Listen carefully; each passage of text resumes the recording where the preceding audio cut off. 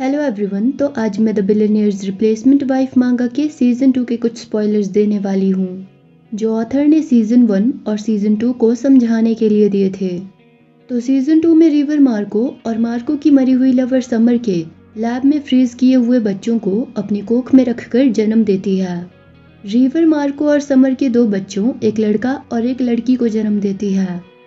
Summer के वो दोनों बच्चे समर की ही तरह ब्लॉन्ड बालों और मार्को की तरह पीली आंखों वाले थे, पर वो दोनों बहुत शरारती थे और दूसरे आम भाई बहनों की तरह एक दूसरे के साथ लड़ते झगड़ते थे, जिसकी वजह से वो मार्को की नाक में दम करके रखते थे। मार्को और समर का पहला बच्चा एक लड़की थी जो काफ़ी बड़ी हो गई थी, और उनका दूसरा बच्चा एक लड़का था जो उम्र में लगभग 2 से 3 साल का था। मार्को अपने दोनों बच्चों से बहुत प्यार करता था। मार्को की बेटी थोड़ी बड़ी थी, इसीलिए वो थोड़ा समझदार भी थी। इसीलिए जब भी उसे मार्को के साथ खेलना होता था तो वो मार्को से पूछती थी कि क्या उसे बहुत काम है, जिसकी वजह से वो अभी भी इतना काम कर रहा है। इस पर मार्को अपने बच्चों के साथ समय बिताने के लिए उन्हें मना कर देता था कि वो बिजी नहीं है और वो उनके साथ समय बिता सकता है। मार्को अब काफ़ी बदल चुका था। अब वो काफ़ी हद तक एक हंसमुख इंसान में बदल चुका था जो अपने दोनों बच्चों से बहुत प्यार करता था। मार्को की ज़िंदगी बहुत अच्छी चल रही थी, पर तभी अचानक से कुछ बड़ा होता है और मार्को को किसी की कब्र के पास फूल चढ़ाते हुए दिखाया जाता है। मार्को की ज़िंदगी में हुए उस बड़े बदलाव या हादसे की वजह से मार्को अपने और रिवर के रिश्ते के बारे में फिर से नए सिरे से सोचने पर मजबूर हो जाता है। मार्को उस कब्र पर पीले फूल चढ़ाने के बाद काफी देर तक उदास होकर उस कब्र के सामने जमीन पर बैठा रहता है और फिर अपने आप से कहता है कि ये एक सपना है। ऐसे कहकर मार्को वहां से चला जाता है।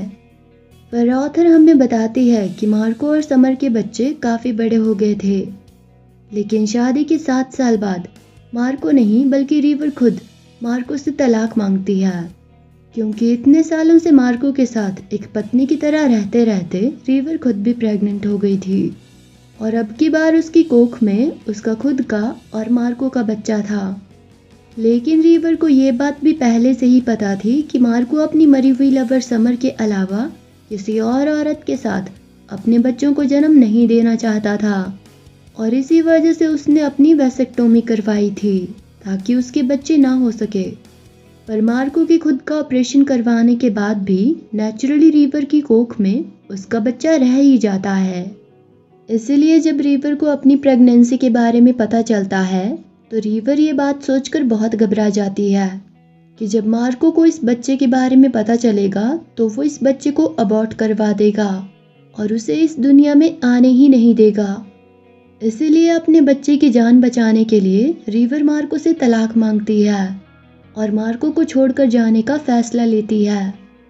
जब रिवर मार्को से कहती है कि अब मुझे आपसे तलाक चाहिए, तो उस वक्त रिवर अपने मन में अपने आप से कहती है कि जिस दिन मैंने उस आदमी को छोड़ने का फैसला लिया जिससे मैं बहुत प्यार करती थी, तो वो दिन मेरी जिंदगी का सबसे मुश्किल दिन था।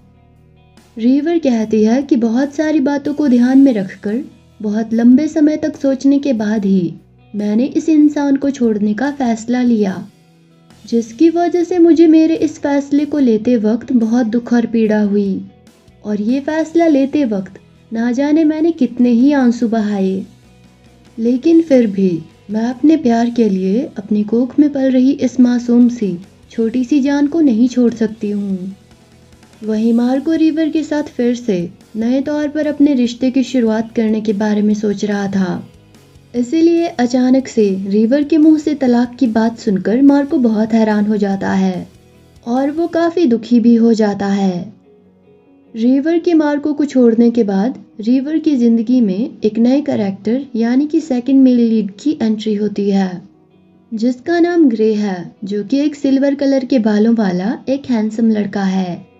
जब मार्को और रिवर की शादी हुई थी तो उस वक्त रिवर 21 साल की थी, और मार्को और समर के बच्चों को जन्म देकर बड़ा करने के बाद जब रिवर मार्को को छोड़ती है तो उस वक्त रिवर की शादी हुए 7 साल बीत चुके थे।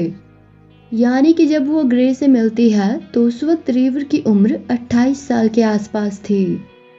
फिर ऑथर हमें बताती है कि इस मांगा का फर्स्ट सीजन मेन स्टोरी को बैकग्राउंड देने के लिए क्रिएट किया गया था।